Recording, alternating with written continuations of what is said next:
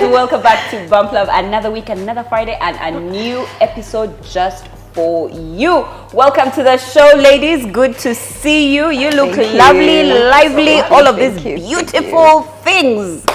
A woman on Reddit got viral this week because she said now that she's married, her husband should have curfew. What do you think, ladies? I think it's good to have a general understanding and respect of time.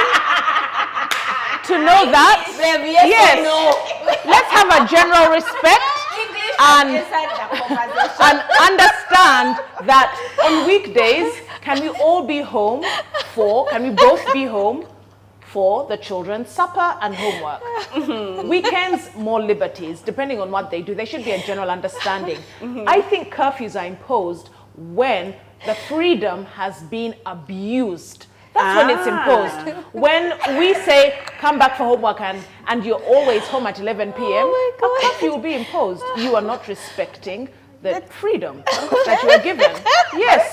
So yes, in many words, I said yes. When you abuse the freedom that you are given, then there will be a curfew. What time would that be? What time would that be? Yeah, well, like what time? 10 o'clock, 9 o'clock, 8 p.m.?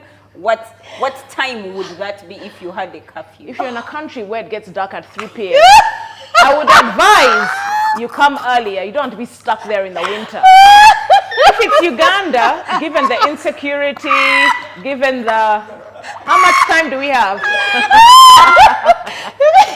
If it's a day where there's no overnight, it is a Christian. Anyway, you answer. In summary, Beba said yes. All this. Say yes. Freedoms are abused. Guys, I just feel like this is a question no married woman wants to answer because yes, every married woman has a curfew. It's somehow in her mind, and then she won't want to communicate it because it will look like she's imposing or being a mother or taking away her husband's freedom. They communicate with their eyes when they're back. We have finished saying good night prayers. That's how you communicate. So, two stories I want to share. There's a lady who would not have dinner with her kids until her husband came back.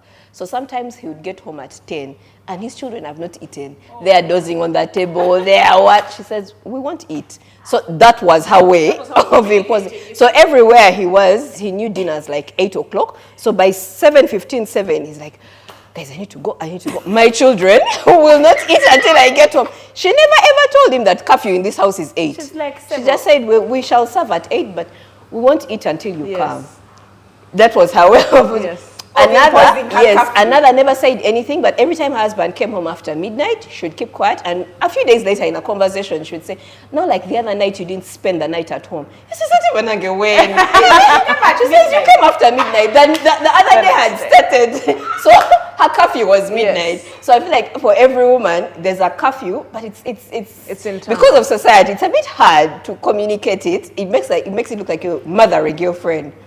So I don't really think that there should be a curfew, but can we communicate? Yes. If after work you're going somewhere, please let me know. Yeah. Don't keep me guessing. Is it the office late? Yes. Has he had an accident? Are you alive? Has the car refused to start? Then you walk into the house at 11 o'clock. Hello who? As who? Where have you been? So I just feel like there should be some communication. There's an after office party starting at 7 o'clock. I think it should go until around 11. If towards 11, you feel like it has started getting hot, please let me know that now the party is hot. Another 2 hours. Yeah. That's fine. Right. Don't just walk into the house at 1 o'clock when I know that you finish work at 5. So I'm there calculating these 7 hours. Where has he been? Yeah. Do you want to know where he's been? Man, at least let there be an answer. Yeah. Yes. At least. Hello, Mr. Mlondo. I tell he's right behind this particular camera. I do have an internal curfew because in my mind I'm just like, I'm sorry, you married me to be the nanny of the children, the askari of the home. You answer, you said you work to provide for the family.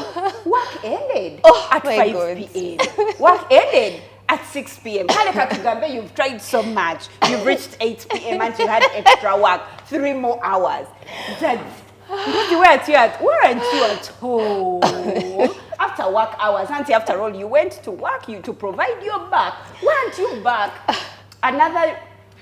Another measure for curfew. I remember there was a time, he looked at me, was like, "Na Emanuela." So, you know when you live in a surrounding where there are many families. All fathers come home. Your husband is the one who's not yet home. All cars have registered. All wives have registered their husbands. They have served supper. Yours is not. I'll be like, "Name Mr. Mlondo." Other husbands came home long ago. Call him God marry those those other husbands. So, but indeed, I do have an internal one. I don't think it has a time like 10 or 11 or anything. It's just that when we decide to go to bed, can we all be at home and we all go to bed? You're our protector. We've gone to bed. You don't know if doors are locked. You don't know if a thief has come. You don't know. You are out there gallivanting.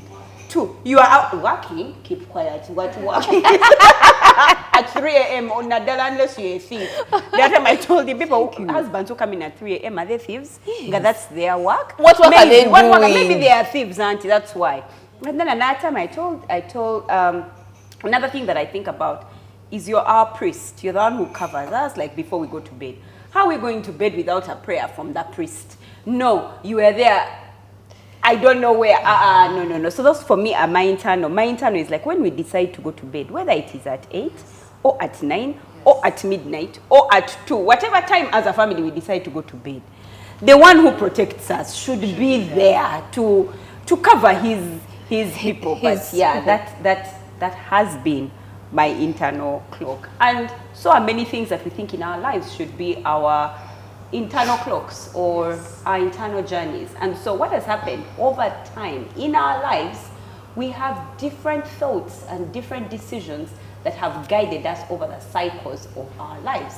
From the time you're a child to being a teenager, into being a young woman, into an adult, and until the time you're older and it's time for you to go and meet your Lord. We are moving through changes in our lives and seasons. So what is your general understanding or philosophy on seasons and transitions in life?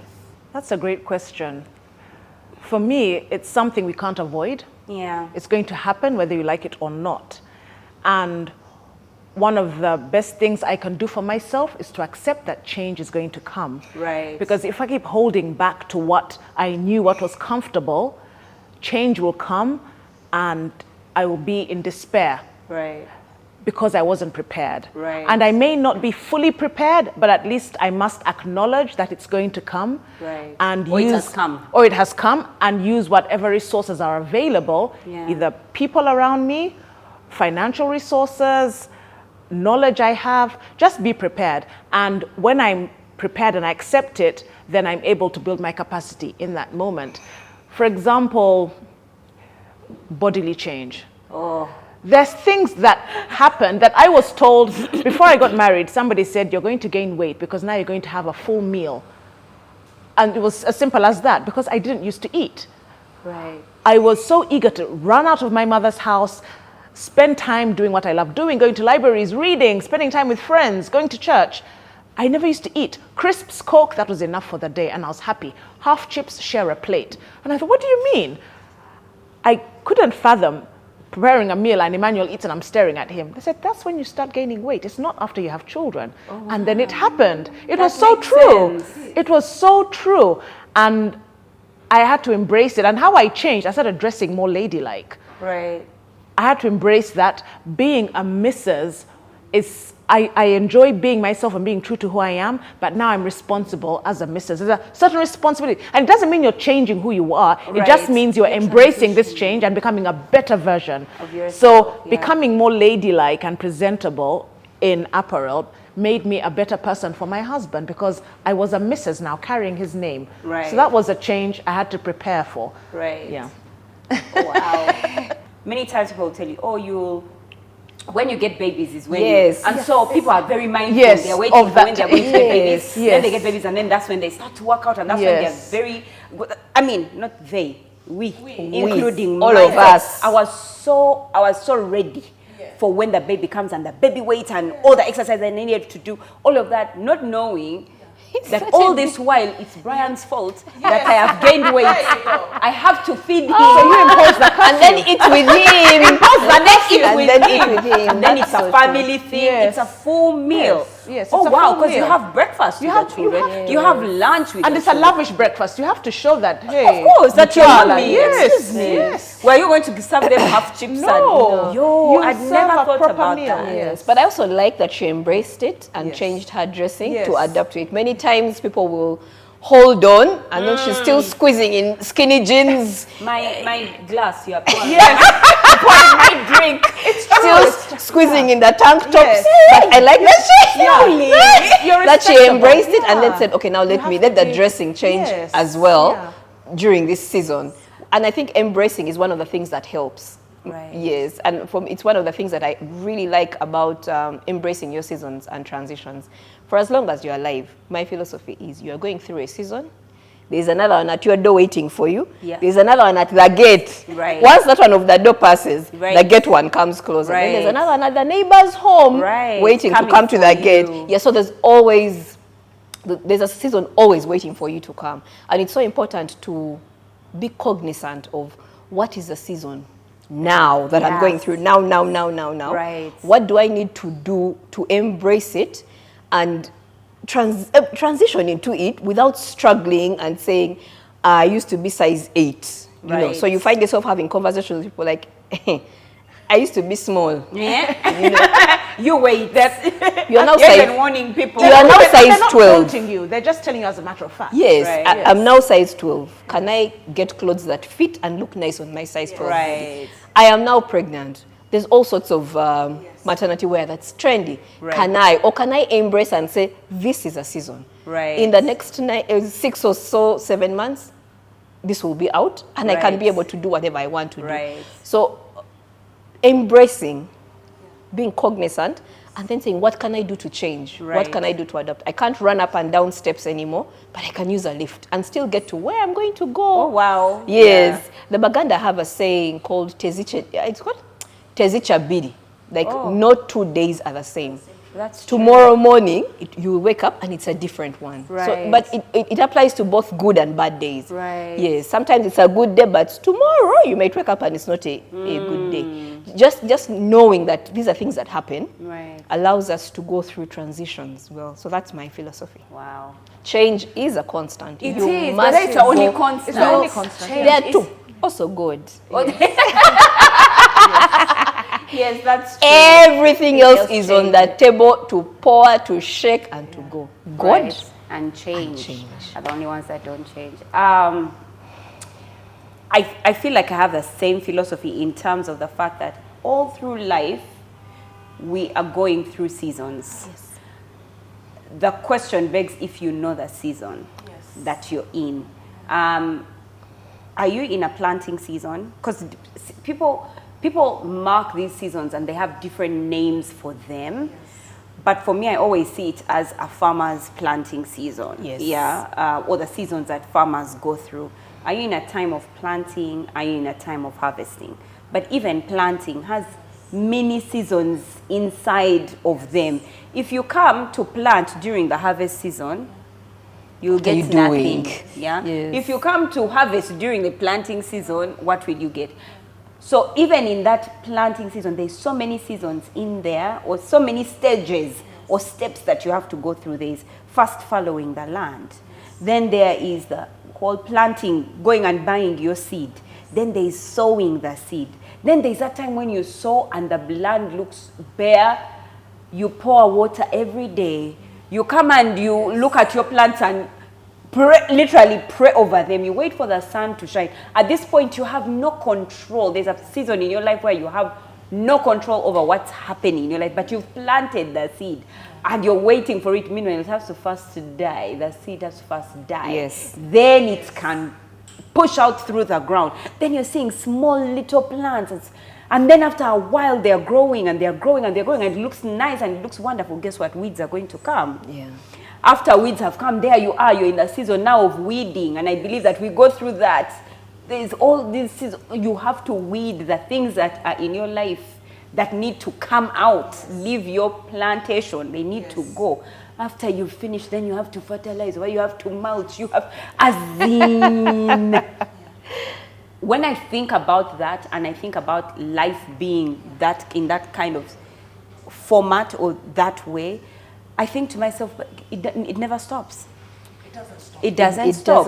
I could be planting in my financial life, but harvesting in my social life. Yes. I could be mulching in my environmental life and what my home looks like and all of that. But then I'm sowing seeds in my intellectual life. So life is, so imagine all of those seasons going in. And so for me, I always think that the best place to start, my biggest philosophy during seasons and transitions is the ability for you to go back to a place of nothingness, of zero, where you sit with yourself and you have conversations with yourself and you ask yourself, where am I in this area? Where am I in this area? What can I do? How can I be better? When I'm in this season, what does it need for me for the next season of my life? Now that I have passed this season, what do I need to learn from that season that will get me ready for the next season? Because the bad thing that I have learned about life and seasons is that when you don't respect a season, it will come back for you and bite you. Yes. I like what you said of speaking to yourself, because have you noticed many people attend motivational seminars, but there are only few who are geared and we're going to change my life, but there are 100 who clapped and bought the books, but only a few people's lives are changed. When Jesus healed the 10 lepers, how many came to say thank you? One, you see? One's expression of gratitude was because the healing was complete after he said thank you. And therefore, speak to yourself first, so that when another person speaks, that's the second yes. You already said yes to yourself. Yes. Because otherwise they'll speak. The preachers speak all the time. But why isn't our country transformed? How many prayer meetings have you attended where we're praying for the country? Why is it only a few who are still continuing that prayer? Because if all of us had that internal yes, we would not be where we are. Oh, wow. Okay.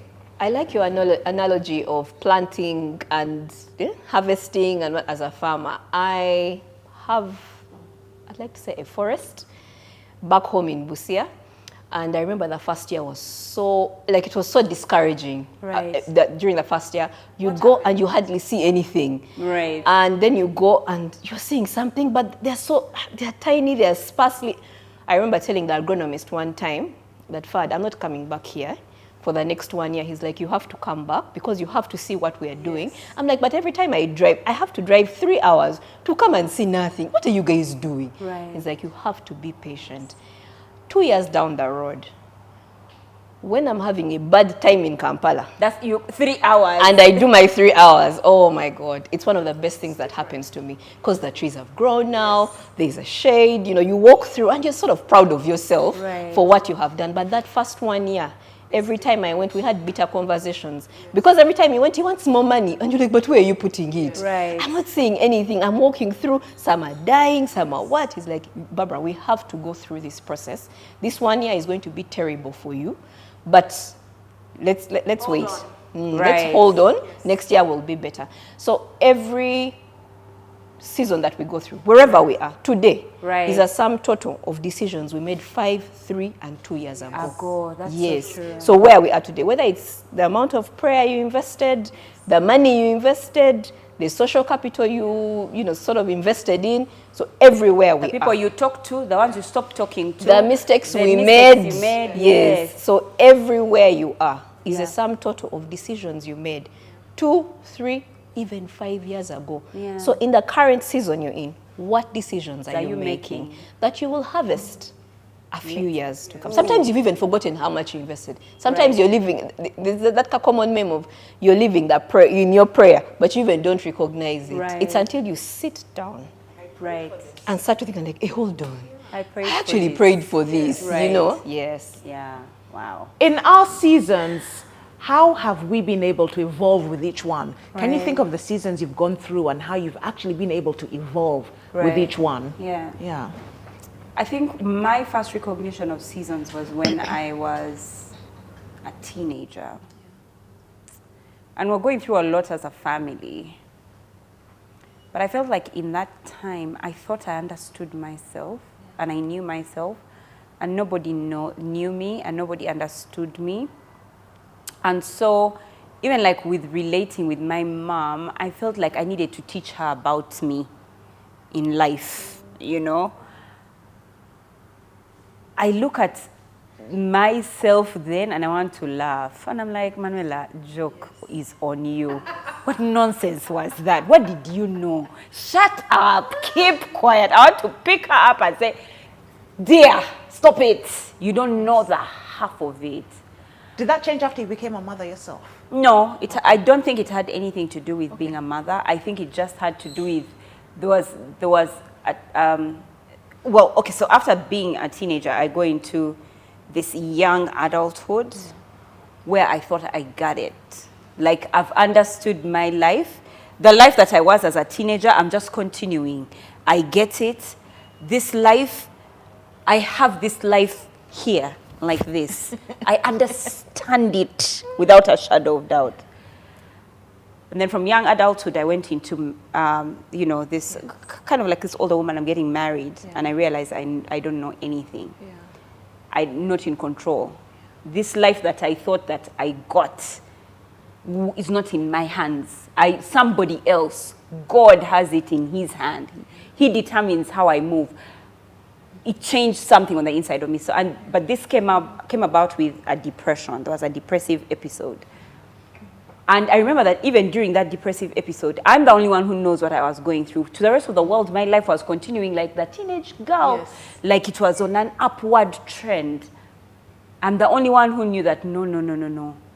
By the time my life looks like it's still going up, and yet I'm feeling the way I feel, then it's not in my hands. It's never been.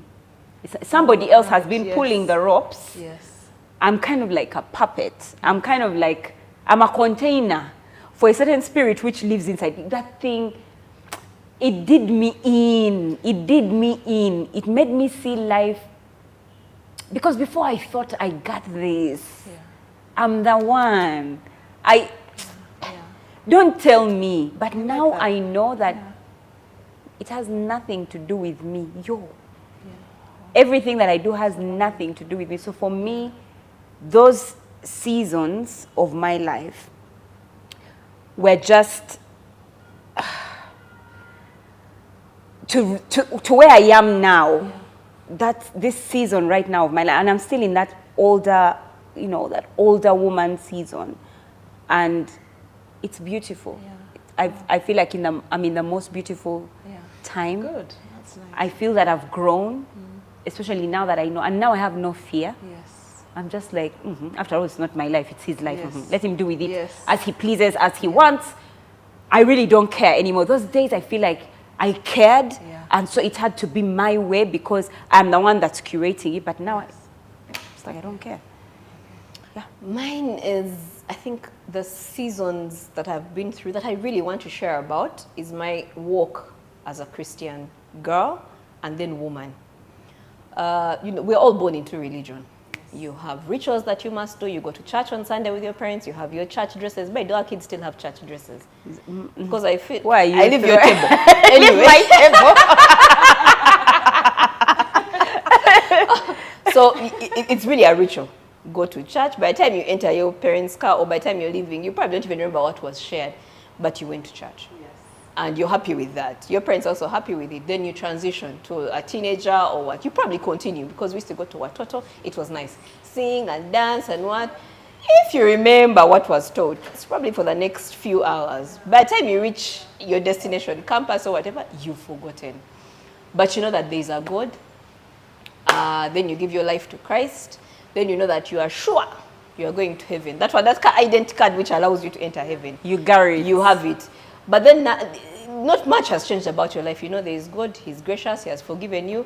Then you move into grace. Then that transition of grace, my daughter Nema is called, Nema means grace. So I was in that transition of, God is so gracious. He has no beef with me. He does not remember my former sins, the current ones, but even the ones coming, he has already forgiven me. So I have the freedom to do what I want. So you're a Christian. But your life is really not determined, or your compass is not being born again. You can do whatever you want until they're going to forgive you. Yes. So you can live the life you want away from, once you step out of church and the fellowship and Bichi, you're back to your normal self.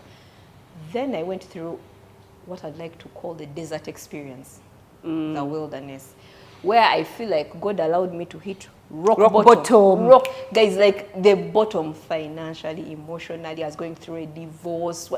Everything was rock bottom. The only thing working for me was 2 beautiful girls. Everything else was not. I lost taste for food. I lost taste for nice clothes. Like all the things that I thought I liked. I'd look at them, I don't know. People would call and say, hey, we have a party. I'm like, no thanks. We're going out for dinner. There's this new shop. Nothing. Like I lost taste for everything. Coming out of that, I knew that my life depended on God. Everything of mine is about God. And my life must start to show that Barbara is a Christian. And everything about her is good. That it should be that even in your absence, when someone suggests something, I say, no, don't bother that one. Omanyi, she's born again. She'll not do that. Right. Or someone says, Barbara did this, and another person is like, no, she can't. You know that she is. Yeah. Or someone asks you to do something and say, can you do this with us? And you're like, no.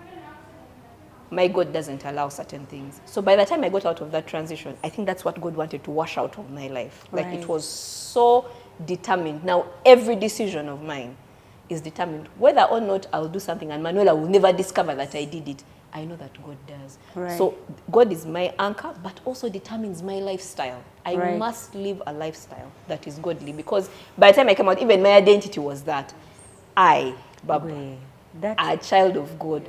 That season was so rough, but I feel like he had to wash every dirt, every chaff out of my life to bring me to that position of he is my all, he's my everything.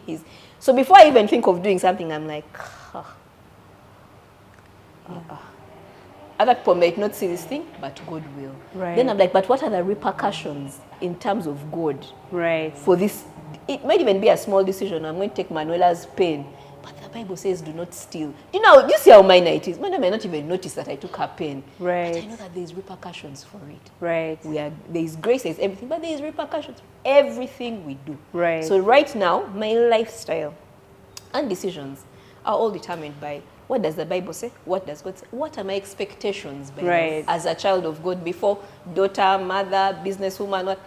Everything really is determined by God. Yeah, that's so important. And it's good that you learned that from the experience. Do you know there's a Bible in Samia? Oh, yes. I must get it. There is. Justice. So that when I'm quoting my things, I don't say in English. Yes, Justice James Ogola translated the Samia Bible from English. He did. Oh, wow. Yes. Wow. I don't know where it's available. I know he did that. He's responsible for that. Yeah. Can I ask? I have this theory that every 7 years there's a... I've heard that. Yes. I've heard that. I don't know where I heard it from, but I've heard that. But that there's usually a transition. So most times that transition, the one that the rock bottom season usually happens around either 28 years, a 7-year cycle. It's around 28/35. Yeah. There is a rock bottom there that you just don't... Because my change was 42, lockdown. Oh, yeah. So that's another 7 cycle. Yes. Mine was 35, 34, 35. Yeah. There you go. Mine too. Hey. 34, 35. My transition, I really love what you've shared, and I reiterate everything. It's the people around me. Now, when you're with people who are at your level, I call it high vibration, who understand you without any explanation, then they are given permission to speak into your season, because without a doubt, they know you. You don't even have to explain yourself, present your CV. They were brought into your life because they know you so well. It's just something you do. When I left Makerere University in 2000, I joined an association called Uganda Women Writers Association. was for women writers, upcoming writers. If you want to write, go there. There's a quote that says, if you wake up and the only thing you can think about is writing, you're a writer. When I joined my career, I wanted to study creative writing for my first degree. It wasn't available. And they said the closest thing is education with literature. That was the closest. And that's what I studied for my first degree. After my career, I was in a taxi and I kept passing this association, Femwrite, in Kamocha. And I thought, what is this place? My heart was yearning. I was going somewhere else, but my heart would stop even though the taxi would move. One day I said, I'm getting out. I walked into the office and I met Goreti Chomuhendo. I had just read her book, The First Daughter. I had never met a Ugandan author in my life. My jaw dropped. Which celebrity do you want to meet? That was what it meant to me. She kept talking and said, you're welcome. I said, you're Goreti. You're Goreti. I read your book. To meet an author, for an upcoming writer, almost 30 years ago, to meet a writer, it was everything, because there were few writers, few experiences, few publishing houses, few people who proudly said they were writers, or there were none. She was the first I'd met who was published. And she said, yes. I said, what is this about? We're a group of women writers. Some are published, some are not. We gather so often. Would you like to become a member? Within minutes, I had filled in the form. I don't know what the membership fee was. I went home, my mother gave me the money. The next day I was there and it became home. Wow. Because that was it. And that was the start of my transition into writing. There was no other place that I could be. Right. That was the only place. It wasn't going to be a first degree in writing. It wasn't going to be going to America for a writer's residence. That was it. And I met 4 other friends. We called ourselves the Sisterhood. Do you know people who understand your vibration and it's all right? Right. They understand the eccentricity. They understand your poems, which don't make sense to anyone else. They understand when you're... As poems usually do. As poems usually do. They understand it when you're like, I have an inspiration. And then they walk out of the room. They understand that because that's what we do as writers. That's how we think. That's how we... And we were there for so long, inspired. We used to attend master classes, attend writers' workshops, the British Council. It was the heart of everything, the energy we had and the inspiration to go to Femwrite every day, just to be in that space. And that was my season when I changed into a writer, because I was in the right space, the right people, that, you see. And then when we left Femwrite, because we're volunteers, and there was a season when we all had to leave. And then the people, the sisterhood, again, determined that in a way. One went to do her master's in Netherlands. It was 2 years after. We were active for 2 years. She went to do her master's in Netherlands. Another one went to Italy for the UN. Another one went to do her master's baccalaureate, then worked at Ernst & Young. Another one went to South Africa, and I started working on radio. So even the transition out happened together. Wow. And you need those people, especially when you're still at a formative stage, which we all were. We needed to encourage each other as young career professionals, as writers. But that foundation, each of us may go into so many other areas, but fundamentally, we are writers. Wow. All of us are writers. Wow. All of us are writers, and we needed each other to breathe into that. So each of us breathed into our writing space, like how God breathed and formed. Yes, we each breathed into life into our writing. Right. And so we write, we've published. Some of us have publishing houses. We have traveled the world because of writing. But that was the foundation. Oh, wow. We can't run away from it. That was an important season. Another one was, I want to say Toastmasters, because Toastmasters, again, was the season that enabled me to become a professional speaker. Oh, yeah, that was it. Else, yes. Because people said, but Beverly, you've always spoken. You worked on radio, you've emceed. It wasn't the same. It wasn't the same. And I needed to get away from the space of writers and poets because there was something that I needed to detach myself from, and I needed a more professional outlook to life. Because when you're with creative artists, your mind and feet are not on the ground all the time. And they're always in the sky. Yes, and I needed to be with people who appreciated professionalism. Right. The first time I walked into Toastmasters, I did not believe that there were Ugandans who behaved like this. I couldn't believe it. I said, you mean they're professional Ugandans who come to a space, they listen to somebody speaking, no one is on the phone, everyone is quiet, no one is even asking the waiter for a drink. Who are these people? If you don't know, Toastmasters is a membership place where you learn to speak and to lead. It's communication. It's a membership organization. I walked into that hotel and I said, this is home. Just like Femrite was home, I said, this is home. This is where I'm going to become a professional speaker. My goodness. And also, there are few spaces where in Uganda you give feedback to somebody for them to improve and they don't take it personally. Oh my goodness. You're attacking me. This was my inspiration for the story. What are you saying? It didn't have... No. That was my inspiration. My Do truth. not touch my truth. Exactly. And I found it so objective, so professional, and everyone wanted another person to improve. It's rare. Everyone genuinely wanted you to improve. So when they gave you feedback and said, Beverly, sometimes you speak fast, we don't hear your conclusion, well, draw it out, they're not attacking you. They want you to improve. So reduce on your pace and make your conclusions better. Oh, wow. Yes. Yes. And so those were two places of home, my writing and my speaking. Those are the seasons I'll talk about. The people you have around people you that determine Yes, who the understand. quality of Yes. your They must be season the and right your people. transition. Yes. Transition. I think Michelle For me- Obama said something about pulling up.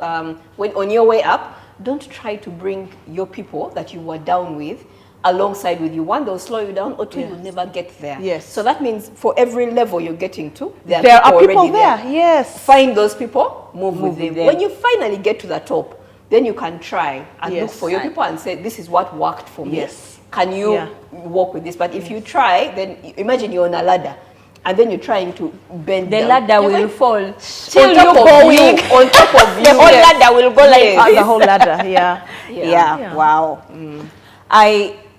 I love that, the whole people thing, and the importance of knowing who's around you, and if you're all in that season at the same time, because it's important for, if you're moving as a group, for you to be in that season together.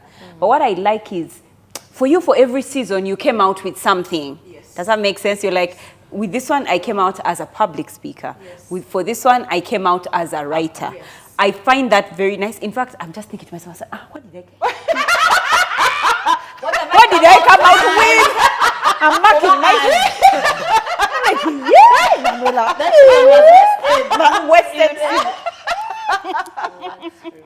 So that's, I'm not doing very well right now, but You're not okay. I'm not okay because I'm just like, who I am now must be, again, like the sum total of the decisions I made through my seasons. And I'm just like, so, this part of me came from where? Yes. So I'm going home now. Yes. Sit down with myself and say, what did I pick up? Yes. Or what did I become as a result of a particular season? That's my homework. Yes. You've taken me. Okay. Okay, speaking of results, we've talked about different seasons, transitions, and all.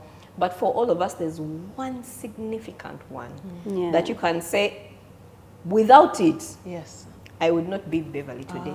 I would not be Manuela today, and I would not be, I mean, I've looked at the comments from the different shows, and people are saying, oh my God, Manuela, oh my God, Beverly. There's even one who said, Beverly, where can I find you for, for those public, so everybody is paid a price to get to where they are today. Yes, you're right. But what's that one significant one that you know has made you what you are today? It's strange, but it's earning money. The season of money. And you people, money looks good on me. It really does. Money looks good on me. When we just got married, I was working at a women's NGO, and we were renting a place which was 5 minutes from home. I was able to buy a car where you'd even look down at other people, and you're peeping at them, And we were able to afford. Yes, I know those cars. Yes. Where when someone wants to pass you, you're just like where an OG can is looking up at you. Hi, Beverly, and they're looking up at you from there. The truth is, in that season, I knew money looked good on me, and therefore I know it's important for everyone to have enough, because I was able to give anyone. Anyone who wanted, I would give. And it worked so well. We traveled all over the place to national parks, but also I never worried. Have you ever had to worry about the smallest things, where even it determines where you can or cannot go because you don't have? That season, when we were earning and we didn't have to be concerned about school fees or extra meals, because we ate out a lot. Every month we celebrated our wedding anniversary. Every 7th. For a Monthly? year. Monthly? Yes. For a year we did. We celebrated every anniversary because we could afford. If anyone in our home cell was getting married, we could afford to give. We could afford to give to the home cell members who are getting married. And I just said, you people, this is such an important place for us as a couple and when we have children. Money. So now, whenever I know I'm in a season where money is coming, I am ready for it. I'm not scared. I'm not scared anymore. Because the time when I was scared and I thought, maybe it's attached to too much consumption. But it's not. It's not. Because especially in the recent 3 years, I've known what money can do. Right. And I recently signed contracts in the last 2 weeks. I'm embracing. I'm like, let it come. I'm not afraid. Yeah. I'm not afraid anymore. So for me, money was such an important season, and it is continually going to be one. And I want my children to be abundantly blessed, knowing that it was given by God. Right. Money is not evil; it is the love of it. Yeah. So let's embrace what money can do. I love your philosophy on money. Yeah. I really love your story on money and your attitude towards money. You know, there's a saying that money goes where it's liked, where it's loved. Where it's loved, respected. Yes, just try and analyze the people that say money is not everything. They probably don't have it. Stay away from them, you know. And then the people that they say, but only a man who doesn't have money will say that. but when you find people and they say, Manuel Oyagala saint, they actually do have the money. So money goes where it is loved. And money really answereth all things. It does. It does. It is a biblical principle. We shall Right. move with it. So I really love your story on money. That's it. I shared earlier about how life is seasons put together, and between each season is a transition from one season to another. But each season has stages inside them. So I feel like you've been sharing certain stages inside a particular season, which is, yes, exactly. So you have your money stage because there's a certain season in your life when more money is actually supposed to come in. So there's that stage. Anyway, mine was getting married. So I thought the most fundamental season in my life was the time when we were going through the hardest of our lives, going through poverty. And that was when I was a teenager. And it turns out that, yes, it made me who I am, but not as, I feel like it took longer for me to come out. But then the season of my marriage as a young lady into this older lady, that it's much stronger. It's changing who I thought I was. I don't want to say, maybe let me not say changing. Maybe let me say it's bringing out a part of me that I didn't think existed. So let me qualify this statement. I always thought that I am strong, opinionated, and I have a mind of my own. Then I get married to a strong and opinionated man with a mind of his own. But now I'm married. So what does that Manuela look like in the presence of a man, of her man, who is strong and opinionated and also has a mind of his own? What does that Manuela look like? Because for the thing that's most important to me, which is a marriage and a home and a family, and is in line with my purpose, I don't have the luxury to stay strong, opinionated, and having a mind of my own. I don't have that luxury. I now have to find something on the inside of me that can help me adapt to my new experience right now. And in adapting to my new experience, so say, for example, becoming more feminine, more feminine and caressing Mr. Mulondo's ego in certain ways allows him to accept my strong, opinionated self. So we were fighting because of that character in me. But then I channeled in the feminine side of me that I didn't know that I had, for it then to allow him to allow me. I didn't know that was ever. I thought that I would get married and I would say strong and I would say opinionated and, well, excuse me, you either like this Manuela or you don't. If you don't, I was the table. If I go away, you have no table to eat on, as in I am, you click. But then now I had to find another thing inside me that I didn't know I had. So for me, this current season is the one. There are things that are happening to me, and even to, for example, to like Bump Love. You know, we had a former season. Now, I mean, you guys have watched me go through an actual season. Yes, that's 2 seasons happening. Yes. You've seen me go through an actual transition.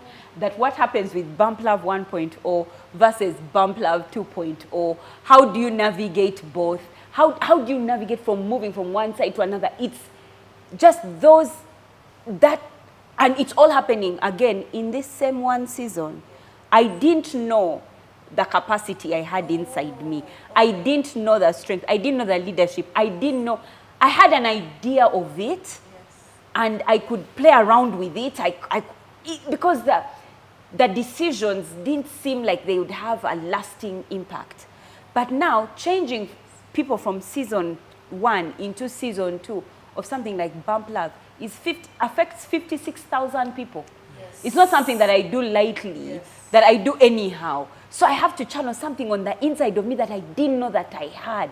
Before I could play around, now I can't. So before, everything that I had that I thought has made me who I am hasn't, as much as what I'm going through right now. So for me, my current season is my most impactful season in my own life. Not for anything, but for the fact that I impact more people than I was before. Anything that I do, I know it's on Instagram, 120,000 people. I don't take that lightly anymore. Like those days I live life for myself, but now I can't, you know? So I'm currently going through my most impactful season. And yeah, some days are good, some days are bad, some days I'm scared, some days I'm not. But I have to wake up every day fearless to move and find that thing inside me that I didn't know I had behind, or in my past that I didn't know that I had, that now I have to bring out and use. I like what you said, impactful. That's the most important thing, isn't it? Yeah. It doesn't matter how you feel, it's impactful. Right. And that's the most important thing for seasons, for it to be impactful. Right. And as long as you understand that, you allow the one who creates the impact to use you as a vessel. Right. And that's so easy to say. Yeah, but when you're going it's so easy to say, but I guess if you understand deep inside that it's impactful, right, to the hundreds of thousands of followers, it may facilitate a bit of ease in your thinking process. So you don't have to worry or stress too much. Yeah. Right. And sometimes you'll see the impact months, Yes. later. Yes. Yeah. So I think it's important that you know that you influence. You're here to influence and to impact. Right. So you don't make careless decisions. You don't just say what comes to your mind. Everything is well thought through and saved. My season is almost like Babes. It's really about money. There's a transition I went through in between employment and the event planning business. And nobody ever warns you about that season. I remember Vusi said when people approach him and they say, I want to be an entrepreneur, I want to start my business, he asks, what is your pain threshold? Because it is so painful. Right. Yes, being an entrepreneur is painful and it is lonely. Right. If you feel you can't take a lot of pain, right, hold it. Stay in employment. So in between, you've just started, you haven't broken into the market, not many people know you, and you know, Kampala, it's really about who knows you to get a good market share, especially for the entrepreneurs. So there was that transition in between the two for me. It meant sometimes would go 2-3 months without events. Sadly for me, that was also the transition I went through, the divorce. So there's not much money coming in. Sometimes no money is coming in. But you've got 2 children, a maid and you. So there are 4 mouths you must feed. One thing that has not left my mind was how I would have shopping lists. You know, so the maid, she writes her shopping list because for her, that's we need the things. So I would sit outside Capital Shop as it was new. And I'm looking at a list and I have a pen. This one we can do without it this week. They will not die. And you have little children who are asking things like, we have not not eaten sausages in a month, mom. You're like, no, they were not there in the supermarket when I went. The good ones. Yeah, because you sat outside the supermarket and said, "Nay, sausage is not a necessity. We shall eat. Do we really bread." need yogurt today? Do we need yogurt? Yes. They'll drink milk. So you're like, milk, yogurt. They're both dairy, milk. And I remember one time the total was as little as 80,000 shillings. You guys, I could not afford 80,000 shillings. I really could not. So I sat and had to bring the list down to about maybe 40,000 and squeeze and sort of, and you know children, Bambi, they will just adopt with what say. They'll comment and say, there's days we eat a lot of beans and peas, and you're like, you need to be healthy. But it's that you had to take the chicken and meat off the list for that time. Right. I'd get invites for baby showers and bridal showers, and once they say, we're all contributing this for the shower, but then we're also contributing for the t-shirts, we're going to wear the same t-shirts, and then you must bring a gift. I would just know this one is not for me, I'm out. Some of it was, maybe you need to contribute 100,000. Right now it might look like I can go for those ones every day of the week, but that time I couldn't. Right. So it was a very tough transition for me. What did I do? The wise Apostle Moses Mukisa said during that time that every problem you have is a knowledge problem. It does not matter what problem you have. Yeah. There is some knowledge you don't have. So that time I decided to look for all books relating to money, finances. I read books. There are times I read 3 books a month. First of all, I was broke, so I was not going out. I had all the time in the world. Then we could not afford to pay for DSTV. My entertainment was books. I read books. One book that I still remember that changed was Money Won't Make You Rich by Sunday Adelaja. Oh. I think we've all heard of Sunday. He's a very, very prosperous pastor. First of all, I looked at it and I'm like, I'm thinking that I need money to become rich. And then he's saying, it was given to me by a friend of mine called Alan. He said, you must read this book. I've read it twice. Read it. I think I've read it 3 times. Even now, I want to go and read it the 4th time. Because one of the things about money is you first have it in your mind. Before you have it in your hands. If you don't have it in your mind, even if I gave you 1 million shillings today, $1 million at that, 1 month down the road, you'll not have it. You'll be out. Yes. So during that transition, I read so many books about money. One friend of mine even teased me and said, Nego, you think money is in theory?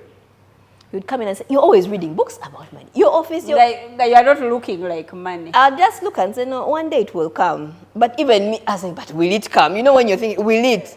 But I think that to date, I still practice many of the principles I learned there. And it helped me move from one level to another. Another thing that I think God was so intentional about that time is to make me understand. So now when I find someone that is broke, I am so compassionate because I'm taken back. And especially if it's a mother. That's why I really want to sit with mothers and women to teach personal finance. Because it's one of the things that I remember that time. I have a lot of empathy because I remember what it meant not to be able to provide a very basic thing like yogurt for your child. Right. Yeah. So it changed a lot about my finance and started my walk towards financial freedom. I'm not there yet. But I'm in a much better place. That's what I was going to say. So Sunday Adelaja is a pastor. I've heard the name definitely. Yes. I low-key feel like for many people, they go through that stage in their season of young adulthood where it's about money. Because for a very long time growing up, it's what you look forward to. You look forward to a time when you'll have money and then you'll be able to make any decision that you like and you'll do anything that you want to do. But the truth is you can only do it when there is money. And then you're dreaming and then I'll have this house and then I'll have this car. And so that stage is very, very important. And there are lessons you need to learn, which if you don't learn, the money will never, ever come. So, oh, wow. In light of that, when it comes to your children, how are you preparing yourself and them for their seasons and transitions in life? Well, I don't know if I can define what we're doing as a season or as a preparation, but we've all started playing chess. I've mentioned this. You people, you don't know what it means. Chess is so different because you are actually thinking with a 7-year-old. Usually you're the one guiding them and telling them, don't worry, you'll win the next game. Now you're thinking at the same capacity. You have to think. And because each place and each player has particular, value, when you see your 7-year-old putting you in checkmate, this is a 7-year-old. You breastfed her just 6 years ago. You know what I mean? It changes so much. So for me, chess, I didn't define it as a preparation time. We just found ourselves in this. So I believe it's a season, now that you ask that, because you people, your thinking capacity is the same. Is the same to a point where my 7-year-old is telling me, Mommy, you know, if you do that, I'll take your queen. And the queen has so many points. What? What? Yes. It's such a different game of skill. And as I said, I used to say chess is for them. I prefer reading my books. Until I joined, I was like, oh my goodness, the challenge of using my brain. And so for me, it just makes me believe that everyone has a capacity to reach anywhere they want to go. Right. She can play with an 80-year-old and still win. And for me, I think the more they play, because now they're teaching their neighbors, and they have neighborhood tournaments. Right. They have neighborhood, Mommy, I won today. They have tournaments. I'm like, go, you know? Yeah. Because I think it's helping them to understand you can increase your capacity every day by practicing this game, enhancing yourself, and you can compete against anyone. Right. Become limitless. Right. Yes. But I don't want to define it. I didn't define it as a transition or a season. It just happens. This is what we're doing now as a family. Yeah. So I don't think I'm preparing them per se in terms, like I'm not talking to them through what might happen to them in life or where life is going to take them. But I feel like in sharing my life with them, I feel that deep down they know that there's seasons and there's transitions. So when they ask me, how was your day? My answer is not just like, oh, it was fine. Or, Mommy, what are you doing? Or, Mommy, where are you going? Or, I feel like now I have to answer that question so meaningfully for them that they might, when that time in their lives come, they can understand that what they are going through. So let me give you an example. Recently, and the number one person who loves to ask me how I'm doing is Bianca. God bless her sweet heart. And I was going through a thing with the Cradle. The Cradle was turning 10 years. And so we're doing a lot of, in terms of marketing, we're preparing some marketing material and all of that. And so she was asking me, so how was your day? And I remember just becoming almost so quiet. And I was like, you know, I'm just in a place of gratefulness for what the Cradle is going through. And I think I shared with you guys, the same way I shared with you what I felt was going on with the Cradle. And I told her why it was important for me, because 10 years ago, if 100 businesses started, according to Uganda's statistics, 10 years later, only 4 of us are left. Only 4 out of the 100 that started. Only 4 of us. The ones that started on 1st June 2014, only 4 of us are left. So for me, while it was a celebratory thing for everybody at the Cradle, for me it was such a...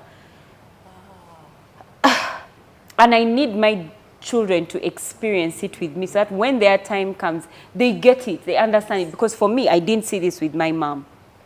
I don't understand why a milestone as big as turning 10 years for me makes me somber and humble. Oh, no, I don't know. Let me not use the word humble. Like, it makes me almost sad. There are businesses that were not able to make it. Yes. Who are we that we've been able to make it? Why would we be, knowing all our issues in the business, or knowing all of the dreams that I had that have not been able to accomplish, but no, we've been able to make 10 years. So for me, that 10-year mark was so, it was so somber, it was so quiet, and it was so in there. And I need my daughter to see it. But that's not where I was at 5 years. 5 years of the business, I was like, oh my God, guess what? We are only 50 businesses left that started. I have beaten 50 businesses. But now at 96 businesses, and we are the 4 that are left, it's different. It's a different feeling. And I want my children to recognize the feelings and the emotions and see them with somebody else. That when their time comes, it's not a shocker. It doesn't look like there's anything wrong. I don't want her to try and celebrate 10 years if she's of her business, if she's not feeling like it. If she's feeling it's a more somber moment, to really, she need to embrace it, to just enter into that emotion for that time. I guess maybe at 20 years I'll be celebrating and all of that, but for now, this is where I'm at. So I feel like in my preparing the children is sharing my seasons with them. So even like on anniversaries, Mommy, how are you feeling? I'm like, I'm feeling just so grateful. How are you feeling? I'm feeling fantastic. How are you feeling? Like I'm giving them, I want to share with, I want to walk the journey of my seasons with my children so they can see it and recognize it when their time comes. But also my hope is that when they're going through their seasons, I'll be the one person they want to share with. I've always shared on Bump Love that I want to be my children's point of contact. Yes. It's nice for them to have best friends, good friends, and all of those things, but I would really like for me to be their point of contact. At the point of when they're going through a transition, I want them to look for me and remember, I remember Mommy was going through something difficult. There was a time, like the closing of the cradle. They watched me go through that. They watched me go through Bump Love transition. They watched me, they asked me, how are you feeling? What's happening? And I shared with them things that I think I should have, many parents would have kept quiet about. I allowed myself to share with my kids what I'm going through, how I'm feeling. And hopefully... How do you feel their response was as a mother? I feel their response was as any young child. Okay. Yeah. All right. Okay. Yes, yeah, any young child. Like, what else okay. are they going to What else say? are they going to say? What are they going to do? Are they going to advise me? Yeah, No, exactly. They are not. Read this book. Read this book or even feel a certain way for me. Like all they can feel is what I'm feeling. But what else can they do? But what I feel, what I'm hoping it's doing is that when their time comes, one, I will be their point of contact, but also two, it will not be strange. Okay. Life will not always. I remember Mommy went through. I remember when she had to transition. I remember when this closed, the business closed. I remember when it opened again. I remember when she did. I want them to remember going through. They've been through this before, and so yeah, that's. I, on the other hand, am very intentional. I speak about it. I talk about it, but also it's a character thing. I'm one of those people, if you don't want to hear the truth, don't come. Yeah. If you don't want, recently a friend of mine said, every time I come to you with problems with my husband, you call me out. Because you look at my parts in it, what I've done to play in it, instead of supporting me and saying, no, by the way, he's fake. But I said, but auntie, if you want that, I'm not that person. I'm not that friend. So one of the things I will talk about with them is change is coming. Right. It doesn't matter where you are or where you're going, change is coming. Sometimes we're prepared for it, sometimes we're not. When I had to change their school a few years ago, I started to prepare them. Guys, this is your last term in the school. Guys, you probably will not see your friends again. We are changing schools. Guys, but then sometimes change comes and Yeah, I was abroad. you're not ready for it. Yeah. Through COVID, I remember, we all were not ready for it. And that's the thing I shared with them, and I'm like, guys, this thing came and we're all not ready for it. Mommy has had to make changes around. They had online school. They'll start school at 7:30 in the morning and finish at 5. It was so hard for children. Sitting in front, it's exhausting. Sitting in front of laptops. I remember one time walking into the sitting room and Nema was fast asleep, like even with a blanket. So I was in the bedroom and I could hear the teacher. I was like, yeah, okay, I think she is in class. I walked into the sitting room, guys, she was asleep with the headphones on. I remember taking a picture and sending it to the principal of the school and saying, Bana, this is where we have reached with online school. But, and I share with them, God is the only constant next to change that is going to happen in your lives. So intentionally, I'm building their grit. Because staying power is what determines who stays, and who doesn't. Who navigates, who moves to the next level, and who does not. We remember COVID. The businesses that stayed are the ones where the owners had staying power. Right. Whether they were making money or not, they had the staying power. So with activities and through talking to them, I'm trying to build staying power. If we're going to learn how to swim, I'm like, guys, we have 3 weeks. We'll go to the pool and they've started swimming, and then the instructor says, give me 10 laps. In my heart, I'm like, oh, but I'll just watch them like this. So one of them even said that, but Mom, Nema, she said, Mommy, you always push us to do better than what we're doing. You always push us to beat our limits and what. Are you doing the same for your life? I'm like, I'm not my own mother. That was my mother's joke. I mean, really. But what I'm trying to build with them is staying power. Many times I don't allow the crying and giving up. Guys, we can do this. Can you move? One of the latest changes that we've gone through is when their mother had to remarry. It was so scary for them. Yeah. Their mother had to remarry, and for them, they've lived for 8 years in a world with just 3 people. Now we're going into a blended family. We're meeting 5 children on the other side of the road, a new daddy, a new husband, we're moving homes, where everything in their world was shaken. But we sat and had so many conversations. Some of them were teary. But as the mother, had to remain firm. And I'm like, I'm going to allow them, they will cry. But I'm like, guys, this is happening. We shall be fine. God is with us. I can't make promises. I can't say it's going to be easy. I can't say they're going to like us on the other side. I can't say everything is going to be easy. The one thing I can say is that God is with us. And he knows this change is happening. This transition is happening. So, and I remember sometimes I got phone calls from some people saying, but do you have to go with your children into the new marriage? Hey, where were they going to go? Is it an option? Where were they going to go? Like, can you maybe send them to their dad, or your mom is still alive? Because this transition is going to be hard for them. It's not fair for the children. You've decided you want to get married. This is about your happiness. It's unfair to carry the children into a whole new world because you've met someone and you've decided you're going to get married. And I'm like, no. Their lives they're going to go through change in their lives. This is very important. It's so big. Yeah. And I can't lie that sometimes I didn't feel as being unfair to them. Right. Because really, they're little. They're innocent. Yes. But this is what life is. Yeah, they might get a job that's going to move them to Iraq or Iraq, depending on where you went to school. But that's it. Yeah. They'll have to up and change everything in their lives. Right. So I am so intentional about talking, about activities, and about pushing their limits and boundaries. And they know. They're like, Mommy really pushes us. If you're here, I'm going to push you to move here. Yeah. But it means that in between here, your staying power changes, your grit changes, your attitude changes, your habits change.